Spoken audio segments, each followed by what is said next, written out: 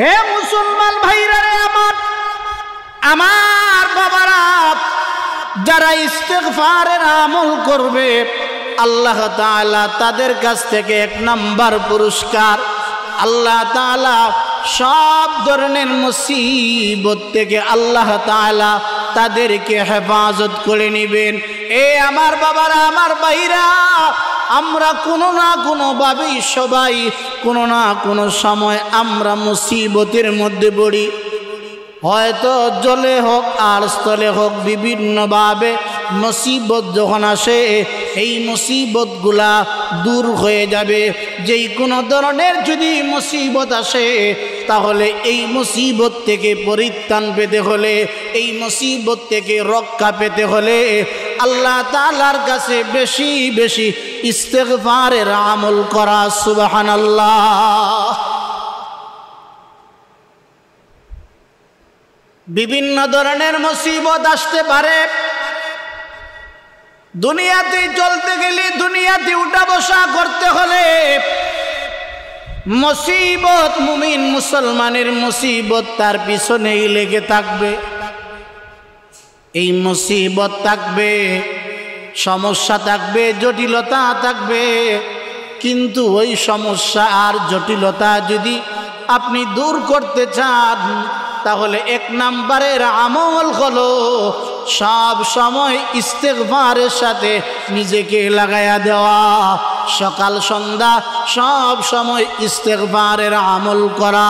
আস্তাগফিরুল্লাহ, আস্তাগফিরুল্লাহ, আস্তাগফিরুল্লাহ, আস্তাগফিরুল্লাহ, আস্তাগফিরুল্লাহ রাব্বি মিন কুল্লি যামবিন ওয়া আতুবু ইলাইহি ওয়ালা হাওলা ওয়ালা কুওয়াতা ইল্লা বিল্লাহিল আলিয়্যিল আযীম।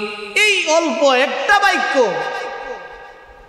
তাহলে 1 নাম্বার পুরস্কার আল্লাহ তাআলা ইস্তেগফার করার কথা আল্লাহ তাআলা কোরআনে মাজিদের ভিতরে আমাকে আপনাকে ঘোষণা করছে।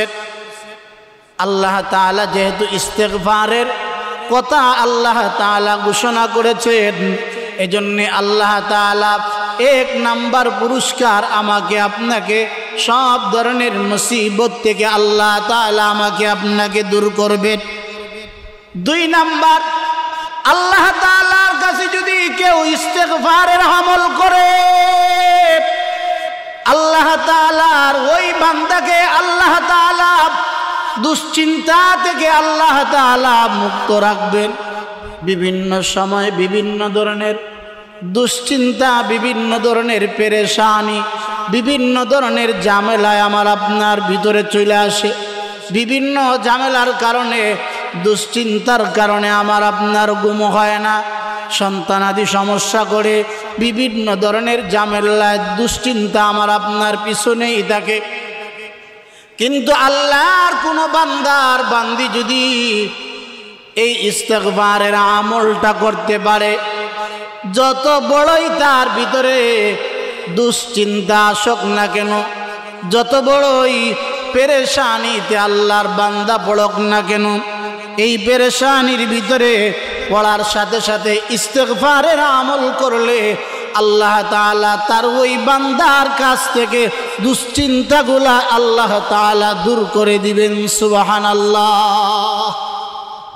3 নাম্বার, ইস্তেগফারের 3 নাম্বার উপকারিতা হলো, 3 নাম্বার ফায়দা হলো, 3 নাম্বার পুরস্কার, আল্লাহর যে বান্দার বান্দিরা, আল্লাহর ওই বান্দার বান্দিরা যারা ইস্তেগফারের আমল করবে আল্লাহ তাআলা তাদেরকে 3 নাম্বার পুরস্কার আল্লাহ তাআলা তাদেরকে রিজেকের অভাব অনটন থেকে আল্লাহ তাআলা তাদেরকে হেফাজত করবেন। আল্লাহ তাআলা তাদের রিজেকের মধ্যে আল্লাহ তাআলা বারাকাত দান করবেন। সুবহানাল্লাহ। কোথায় থেকে কোথায় রিজেক আসবে কেউ কল্পনাও করতে পারবেন না, আপনি কল্পনাও করতে পারবেন না। কোথায় থেকে কোথায় আল্লাহ তাআলা আমার আপনার রিজেকের ব্যবস্থা, আমার আপনার রিজেকের পেরেশানি আল্লাহ তাআলা দূর করে দিবেন। সুবহানাল্লাহ। এটা হলো 3 নাম্বার পুরস্কার। রিজিক একমাত্র আল্লাহ তাআলার কাছে। পৃথিবীর কোনো মানুষ রিজিক বন্টন করতে পারে না। আল্লাহ তাআলা যার তাকদিরে যেই পরিমাণ রিজিকের ব্যবস্থা আল্লাহ তাআলা রেখে দিয়েছেন, সেই পরিমাণ রিজিক অবশ্যই অবশ্যই ভোগ করে সে মৃত্যুবরণ করবে। তাহলে 3 নাম্বার পুরস্কার, আল্লাহ তাআলার বান্দাকে আল্লাহ তাআলা রিজিক দিয়ে দিবেন, অভাব অনটন আল্লাহ তাআলা দূর করে দিবেন। এই অভাব অনটন ইস্তেগফারের মাধ্যমে দূর হয়ে যাবে, রিজিকের মধ্যে বারাকাত হবে, খায়ের হবে। আল্লাহ তাআলা উত্তম রিজিকের ব্যবস্থা আল্লাহ তাআলা করে দিবেন। অল্প কাজ করবেন কিন্তু আল্লাহ তাআলা বেশি মুনাফার ব্যবস্থা আল্লাহ তাআলা করে দিবেন। সুবহানাল্লাহ। মূসা আলাইহিস সালাতু ওয়াস সালাম পাহাড়ে গেছেন, যাওয়ার পরে মূসা পয়গম্বর তার হাতের মধ্যে লাঠিটা আছে। মূসা পয়গম্বর তার হাতের লাঠিটা নিয়ে জঙ্গলের মধ্যে গেছেন, পাহাড়ের ভিতরে গেছেন। পাহাড়ের ভিতরে যাওয়ার পরে এত সুন্দর একটা পাথর দেখতে পেলেন। পাথরটা এত সুন্দর সাদা, দেখার পরে উনি আশ্চর্য হয়ে গেলেন। আল্লাহ তাআলা মূসা আলাইহিস সালাতু ওয়াস সালামকে বললেন, ও মূসা পয়গম্বর, তোমার হাতে যেই লাঠিটা আছে ওই লাঠি দিয়া এই পাথরের মধ্যে আপনি আঘাত করেন। মূসা পয়গম্বর আল্লাহ তাআলার অর্ডার, মূসা পয়গম্বর এই পাথরের মধ্যে আঘাত করলেন, বাড়ি দিলেন। দেওয়ার সাথে সাথে এই পাথরটা দুখণ্ডিত হয়ে গেল। মূসা পয়গম্বর তাকায় দেখেন ওই পাথর ছিদ্র হয়ে গেছে। ওই পাথরের ভিতরে আরেকটা পাথর দেখা যায়। মূসা পয়গম্বরকে আবারও আল্লাহ তাআলা বললেন, দ্বিতীয় যেই পাথরটা বাহির হয়েছে ওই পাথরটায় আপনি আঘাত করেন। মূসা পয়গম্বর দ্বিতীয় পাথরের মধ্যে আঘাত করলেন। দ্বিতীয় পাথরের মধ্যে আঘাত করার পরে দ্বিতীয় পাথরটা দ্বিখণ্ডিত হয়ে গেল, আলাদা হয়ে গেল। মূসা পয়গম্বরকে আল্লাহ তাআলা আবার বললেন, হে মূসা পয়গম্বর, ওই যে তৃতীয়টা পাথর দেখা যায়, দ্বিতীয়টা আলাদা হওয়ার পরে তার ভিতরে আরেকটা পাথর দেখা যায়, 3 নাম্বার আরেকটা পাথর। মূসা আলাইহিস সালাতু ওয়াস সালাম আশ্চর্য হয়ে গেলেন। আল্লাহ তাআলা মূসা পয়গম্বরকে বললেন, ও মূসা পয়গম্বর, আপনি তৃতীয় পাথরটার মধ্যে আপনার হাতের লাঠি দ্বারা আপনি আঘাত করেন। মূসা পয়গম্বর তৃতীয় পাথরের মধ্যে আঘাত করলেন। তৃতীয় পাথরটা 2 খণ্ড হয়ে গেল, আলাদা হয়ে গেল। এবার মূসা আলাইহিস সালাতু ওয়াস সালাম তাকায় দেখেন ওই তৃতীয় পাথরের ভিতরে আরেকটা পাথর দেখা যায়। আল্লাহ তাআলা মূসা পয়গম্বরকে অর্ডার করলেন, ও মূসা পয়গম্বর, আপনি চতুর্থ পাথরের মধ্যে আপনি আঘাত করেন। মূসা পয়গম্বর মনে মনে চিন্তা করলেন, আমি মনে করেছিলাম একটা পাথর, কিন্তু না, এখানে 2টা পাথর, 3টা পাথর। আবার যদি আঘাত করি তাহলে হয়তো অন্য কিছু হতে পারে। আল্লাহ তাআলা অর্ডার করলেন, মূসা পয়গম্বর তৃতীয় পাথরের মধ্যে আঘাত করলেন। তৃতীয় পাথরের মধ্যে যখন আঘাত করলেন, আঘাত করার পরে চতুর্থ পাথর একটা বাহির হইল। তৃতীয় পাথর যখন দুখণ্ডিত হয়ে গেল, এমত অবস্থায় মূসা পয়গম্বর চতুর্থ নাম্বার একটা পাথর দেখতে পারলেন। চতুর্থ নাম্বার পাথরের মধ্যে যখন আঘাত করলেন, আঘাত করার পরে মূসা আলাইহিস সালাতু ওয়াস সালাম যে বিষয়টা দেখতে পারলেন যে ছোট্ট একটা পোকা, আর ওই পোকাটার মুখের মধ্যে আল্লাহ তাআলা তার রিজিকের ব্যবস্থা তার খানার ব্যবস্থা আল্লাহ তাআলা করে দিয়েছেন। সুবহানাল্লাহ। মুসা পয়গম্বর আল্লাহ তাআলার কাছে বললেন, আয় পরওয়ারদিগারে আলম, এই একটা দুইটা তিনটা চতুর্থ চারটা পাথর দুখণ্ডিত করলাম, তার ভিতরে দেখতে পারলাম ছোট্ট থেকে ছোট্ট একটা পোকা, তার মুখের মধ্যে তার রিজেকের ব্যবস্থা আপনি করে দিয়েছেন। এই পাথরের ভিতরে কোনো ধরনের ছিদ্র নাই, কোনো ধরনের যোগাযোগ ব্যবস্থা নাই, কিন্তু আল্লাহ তাআলা এই চারটা অন্ধকারের ভিতরে তার আদনা থেকে আদনা একটা মাখলুকের রিজেকের ব্যবস্থা আল্লাহ তাআলা কেমন করে দিয়ে দিলেন। সুবহানাল্লাহ।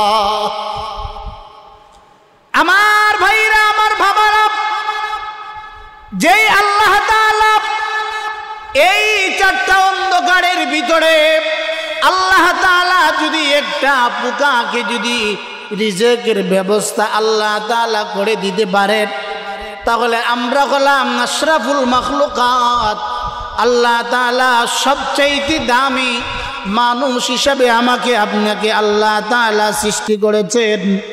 এজন্যই এত দামি মাখলুকাত হওয়ার পরেও যদি আমরা আল্লাহ তাআলার কাছে যদি আমল করতে পারি, ইস্তেগফারের আমল যদি আমরা করতে পারি, আমার ভাইরা, আমার বাবারা, আল্লাহ তাআলা ঠিক তেমনি ভাবে এমন জায়গা থেকে আল্লাহ তাআলা রিজেকের ব্যবস্থা করবেন আমি আপনি কল্পনাও করতে পারবো না। আল্লাহ তাআলা কোথায় থেকে কোথায় আমার আপনার রিজেকের ব্যবস্থা আল্লাহ তাআলা করে দিবেন। সুবহানাল্লাহ। এটা হলো আল্লাহ তাআলার কুদরতের নিজাম। আল্লাহ তাআলা কাকে কিভাবে আল্লাহ তাআলা রিজেকের ফয়সালা করে দিবেন, রিজেকের ব্যবস্থা আল্লাহ তাআলা করে দিবেন। আপনার কাজ হলো আল্লাহ তাআলার গোলামি করা, আপনার কাজ হলো মালিকের ডিউটি আদায় করা, আর মালিকের কাজ হলো আপনাকে রিজেকের ব্যবস্থা মালিক করে দেওয়া। সুবহানাল্লাহ। আমরা এই রিজেকের কারণে আমরা অনেক পেরেশানিতে, অনেক হায় হুতাশ, অনেক কিছু শুধু এই একটি মাত্র রিজেকের জন্য, টাকা পয়সার জন্য, কত কিছু এই টাকা পয়সার জন্য একজন আরেকজনকে একজন আরেকজনকে খুন করে, মার্ডার করে, একজন আরেকজনকে গালিগালাজ করে, শুধুমাত্র এই রিজেকের তাড়নায় হারাম মাল বক্ষণ করে। কোনটা হালাল আর কোনটা হারাম সে এটা দেখার চিন্তা ফিকির করে না, যে এই রাস্তা চললে এটা হলো বৈধ রাস্তা, আর এই রাস্তায় চললে এটা হলো অবৈধ রাস্তা। বৈধ আর অবৈধ এই দুইটা ব্যবস্থা, এই দুইটা পথ বোঝার জন্য আল্লাহ তাআলা আমাকে আপনাকে ব্রেন দিয়েছেন, আমাকে আপনাকে মেধা শক্তি দিয়েছেন, যে এই কাজগুলা করলে অবৈধ হবে আর এই কাজগুলা হলে বৈধ হবে। আজকে সমাজের ভিতরে বৈধ আর অবৈধ সব দুনিয়ার বুঝে, পাগলায় সব কিছু বুঝে পাগলায়, কিন্তু বৈধ আর অবৈধ, এক নম্বরই আর দুই নম্বরই, জাল কোনটা আসল কোনটা, নকল কোনটা আসল কোনটা, পাগলা এটা বুঝে না। পাগলার এখন সব বুঝবো, কিন্তু এই কাজগুলা করলে এটা গুনার কাজ, এটা কবিরা। আরেকজনের হক নষ্ট করা, আরেকজনের টাকা পয়সা লুটপাট করা, এতিমের মাল ভক্ষণ করা, পাড়া প্রতিবেশীর মাল ভক্ষণ করা, আরেকজনের হক নষ্ট করা, আরেকজনের পাওনা অধিকার নষ্ট করা, সব কিছু পাগলায় বুঝে, এই কথাটা পাগলায় বুঝে না। এই হলো আমাদের অবস্থা। এই জন্য আমার ভাইরা, আমার বাবারা, এই রিজেকের কারণেই তো মিথ্যা কথা বলা, এই রিজেকটা বন্টন করার জন্য তো কত চলুচাতুরি করা, কত নানান ধরনের দুই নাম্বারের সাথে জড়িত হয়ে যাওয়া, কত ধরনের পাপিষ্ট হয়ে যাওয়া, কত ধরনের গুনার কাজের সাথে জড়িত হয়ে যায়। আমার ভাইরা, আমার বাবারা, এই রিজেকের জন্য যেহেতু আল্লাহ তাআলা আমাকে আপনাকে সৃষ্টি করার পূর্বে আল্লাহ তাআলা যেহেতু রিজেক সৃষ্টি করেছেন, অতএব এই রিজেকের জন্য আমার আপনার টেনশন করতে হবে না। আমার আপনার মালিক আল্লাহ তাআলা আমাকে আপনাকে সৃষ্টি যেহেতু করেছেন, এই জন্যে আল্লাহ তাআলা আমার আপনার রিজেকের ব্যবস্থাও তিনি করবেন। সুবহানাল্লাহ। পৃথিবীর কোন মানুষের ধারে কাছে গিয়ে রিজেক চাওয়া যাবে না। আল্লাহ তাআলার কাছে চান, আল্লাহ তাআলা দেখবে। আল্লাহ তাআলার কাছে রিজেকের জন্য বলেন, আল্লাহ আমার রিজেকের ব্যবস্থা আপনি কইরা দেন। 2 নাম্বারের সাথে জড়িত হইেন না, 2 নাম্বারিকে সাবুটও কইরেন না। কোন ধরনের 2 নাম্বারি কেউ পছন্দ করে না। এই জন্য আমার ভাইরা, আমার বাবারা, আল্লাহ তাআলার কাছে যখন গোলাম রিজেক যখন অনুসন্ধান করবে, যদিও কষ্ট হয়, কিন্তু কষ্ট হলে কি হবে, আল্লাহ তাআলা তার গোলামকে এমন একটা জায়গা থেকে আল্লাহ তাআলা রিজেক দিবেন, আল্লাহ তাআলার বান্দা কল্পনা করতে পারবে না আল্লাহ তাআলা কোন জায়গা থেকে তাকে বিশাল রিজেকের ব্যবস্থা আল্লাহ তাআলা করে দিবেন। সুবহানাল্লাহ। এই জন্য আমার ভাইরা, আমার বাবারা, 3 নাম্বার বলেছিলাম, ইস্তেগফারের আমল যদি আল্লাহর কোন গোলাম, আল্লাহর কোন বান্দা বান্দি যদি ইস্তেগফারের যদি আমল করতে পারে, আল্লাহ তাআলা 3 নাম্বারের পুরস্কার আল্লাহ তাআলা তাকে রিজেক দিয়া মালামাল করবেন। রিজেকের মধ্যে আল্লাহ তাআলা বারাকাত দিবেন। 4 নাম্বার, যদি ইস্তেগফারের কেউ আমল করতে পারে, তাহলে আল্লাহ তাআলার পক্ষ থেকে যদি কোনো আযাব এসে থাকে, অনেক সময় বিভিন্ন ধরনের আযাব আসে, গজব আসে। রাস্তা দিয়ে চলতেছেন, গাড়িতে উঠছেন, হঠাৎ কইরা অ্যাক্সিডেন্ট কইরা মৃত্যুবরণ করছে, মানুষ মারা গেছে। নৌকাতে উঠছেন, হঠাৎ কইরা নদীর মাঝখানে গিয়া নৌকাটা ডুইবা শেষ। রাস্তা দিয়ে চলতেছেন, হঠাৎ কইরা অনাকাঙ্ক্ষিতভাবে একটা গাড়ি আপনার উপরে উঠে গেছে, আপনি এই জায়গায় মনে করেন অ্যাক্সিডেন্ট কইরা বলাইছে। যদি ইস্তেগফারের 4 নাম্বার, যদি ইস্তেগফারের আমল যদি হর হামেশা যদি আমরা করতে পারি, তাহলে আল্লাহ তাআলা ওই সমস্ত মুসিবত থেকে আল্লাহ তাআলা আমাকে আপনাকে হেফাজত করবেন। সুবহানাল্লাহ। কার কোন সময় মুসিবত আসে কেউ বলা যায় না। কোন সময় কার মুসিবত কিভাবে আসবে দেখা যায় না, বলা যায় না, চিন্তাও করা যায় না। কিভাবে মুসিবত আসে, হঠাৎ করে দেখা যায় মুসিবত আসছে, ওই লোকটা অসুস্থ হয়ে যাচ্ছে। এজন্য 4 নাম্বার হলো ইস্তেগফারের 4 নাম্বার উপকারী হলো যে আল্লাহ তাআলা মুসিবত থেকে আমাকে আপনাকে আল্লাহ পাক রক্ষা করবেন। সুবহানাল্লাহ। এই জন্য আমার ভাইরা, আমার বাবারা, 5 নাম্বার উপকার হলো, যদি সকাল সন্ধ্যা হর হামেশা যদি কেউ ইস্তেগফারের সাথে জড়িত হয়ে যায়, ইস্তেগফারের আমলের সাথে যদি তার জীবনটা শুধু গঠন করতে পারে, তাহলে এর দ্বারা আল্লাহ তাআলা তাকে এমন একজন ব্যক্তি আল্লাহ তাআলা বানায়া দিবেন, মুস্তাজাবুদ দাওয়াত আল্লাহ তাআলা বানায়া দিবেন। মুস্তাজাবুদ দাওয়াত তাকে বলা হয়। আল্লাহর ওই বান্দা মুস্তাজাবুদ দাওয়াত যে হবে, আল্লাহর ওই বান্দা আল্লাহ তাআলার কাছে যা চাইবে আল্লাহ তাআলা তার ওই বান্দাকে তাই করে দিবেন।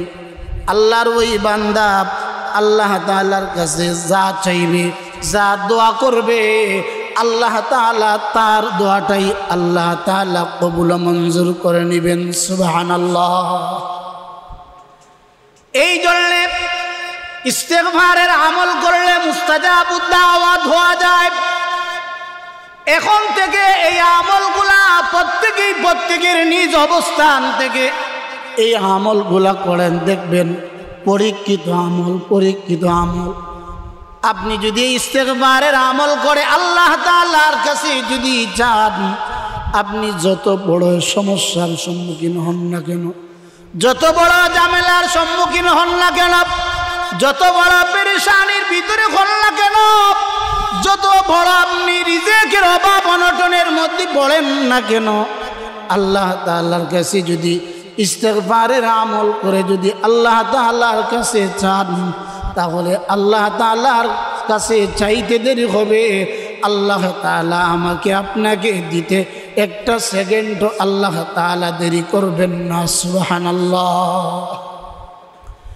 দুনিয়ার মানুষের কাছে চাইলে, দুনিয়ার টাকা পয়সাওয়ালাদের কাছে গিয়ে চাইলে একবার দুইবার তিনবার চাইবেন, একবার দিব, দুইবার দিব, তিনবার দিব, চতুর্থ নাম্বার মুখ ফিরাইয়া নিব। আর কাম পায় না, কোনো কাজ নাই, বারবার আয় আমার কাছে আইসা হ্যাঁ টাকা আছে। কিন্তু আল্লাহ তাআলা এমন সত্তা, এমন খালিক আর মালিক, আল্লাহ তাআলার কাছে যখন বান্দা যত বেশি চাইবে, আল্লাহ তাআলা তার ওই বান্দার প্রতি তত বেশি খুশি হয়ে যায়। আল্লাহ তাআলা চায় আমার ওই বান্দা আমার কাছে চাক, আমার কাছে বলো। আমার বান্দা যদি আমার কাছে বলে না, তাহলে কার কাছে বলবে? এজন্যই আল্লাহ তাআলার কাছে ওর হামেশা চাওয়া, আল্লাহ তাআলার কাছে বলা।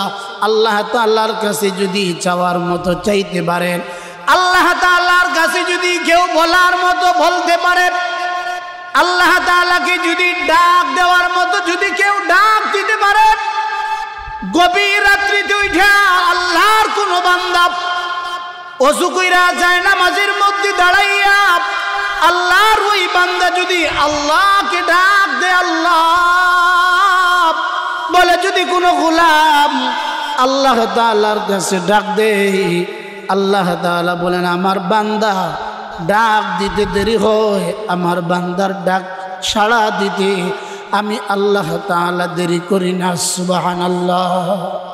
এই জন্য আমার ভাইরা, আমার বাবারা, পৃথিবীর মানুষ অন্ধকার হইলে, রাত্রি হইলে সবাই ঘুমায়া যায়। 10টা 11টা 12টা 1টা হয়ে গেলে সবাই ঘুমের ঘরে যায়। কিন্তু আল্লাহ তাআলা 24টা ঘন্টা বান্দার অপেক্ষায় থাকে, বান্দাকে দেওয়ার জন্য, বান্দার চাওয়াটা পূরণ করার জন্য 24টা ঘন্টা আমার আপনার জন্য আল্লাহ তাআলা অপেক্ষা করে যে আমার গোলাম কোন সময় আমি আল্লাহ তাআলার কাছে চাইবে। আর ওই সময় যদি আমার গোলামকে আমি না দিতে পারি, তাহলে আমি কেমন আল্লাহ হব? এই জন্য আমার ভাইরা, আমার বাবারা, আল্লাহ তাআলা সব সময় দেওয়ার জন্য প্রস্তুত থাকে। এই জন্যে চাওয়াটাও হবে সব সময় আল্লাহ তাআলার কাছে চাইব। সকাল সন্ধ্যা যে কোনো সময় আমরা যে অবস্থায় থাকি না কেন, ইস্তেগফারের আমল করব। আস্তাগফিরুল্লাহ, আস্তাগফিরুল্লাহ, আস্তাগফিরুল্লাহ, এই অল্প একটা আমল। আর যদি সম্ভব হয় আস্তাগফিরুল্লাহ রাব্বি মিন কুল্লি যামবি ওয়া আতুবু ইলাইহি ওয়ালা হাওলা ওয়ালা কুওয়াতা ইল্লা বিল্লাহিল আলিয়্যিল আযীম। সংক্ষেপও পারেন, একটু লম্বা কইরাও পারেন, যে যে অবস্থায় পারেন ইস্তেগফারের আমল করবেন।